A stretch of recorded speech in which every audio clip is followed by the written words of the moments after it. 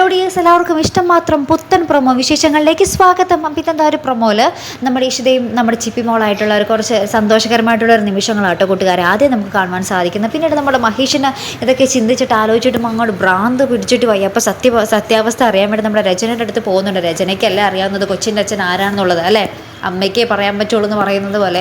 അപ്പം നമ്മുടെ രചന കുറേ പറയുന്നുണ്ട്. അപ്പം നമ്മുടെ മഹേഷ് പറയുന്നുണ്ട്, ഞാൻ അവൾക്ക് വേണ്ടിയാണ് ഈ ജീവിക്കുന്നത്, നിന്നെ ഞാൻ കൊന്നു കളയോടി എന്നൊക്കെ പറഞ്ഞ് എന്താ പറയുക, രചന ഒരു കുപ്പിയൊക്കെ പൊട്ടിച്ച് ആ ചില്ലും കൊണ്ട് ഇങ്ങനെ കുത്താനൊക്കെ പോകുന്ന ഒരു ദൃശ്യങ്ങളായിട്ട് നമുക്ക് കാണുവാൻ സാധിക്കുന്നത്. അതിനുശേഷം ഒരു ഭ്രാന്ത് പിടിച്ച അവസ്ഥയിലായിട്ട് നമ്മുടെ മഹേഷ് തിരികെ വീട്ടിലേക്ക് എത്തുന്നത്. അപ്പോൾ ഈ ഒരു അവസ്ഥ കണ്ടിട്ട് നമ്മുടെ ഇഷിത നമ്മുടെ രചനയുടെ വീട്ടിൽ പോകുന്നുണ്ട് കേട്ടോ. അതിനുശേഷം എന്താണ് കാരണമെന്നറിയില്ല, ഇനി മഹേഷ് പറഞ്ഞിട്ടാണോ എന്നറിയില്ല. പിന്നീട് നമ്മുടെ ഇഷിത രചനയുടെ വീട്ടിലേക്ക് പോകുന്നൊരു ദൃശ്യങ്ങളാട്ടോ കാണിക്കുന്നത്.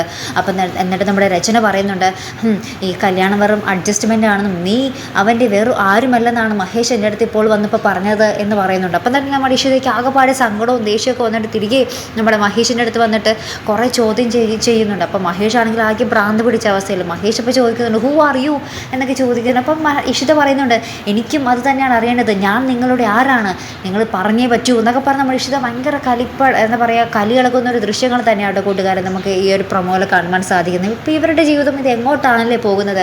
ഭയങ്കര സന്തോഷമായിട്ട് ചിപ്പിമോളായിട്ട് ജീവിക്കാമെന്ന് വിചാരിച്ചിട്ട് ഇപ്പോൾ ചിപ്പിമോൾക്കൊരു സമാധാനം കിട്ടുന്നില്ല ഇവർ കാരണം, അല്ലേ? അപ്പോൾ എന്തായാലും നമുക്ക് നോക്കി തന്നെ കാണും. അപ്പോൾ ഇതുപോലുള്ള പ്രൊമോ റിവ്യൂസിനും എപ്പിസോഡ് റിവ്യൂസിനും ഒക്കെ നിങ്ങൾ മറക്കാതെ ചാനൽ സബ്സ്ക്രൈബ് ചെയ്യുക.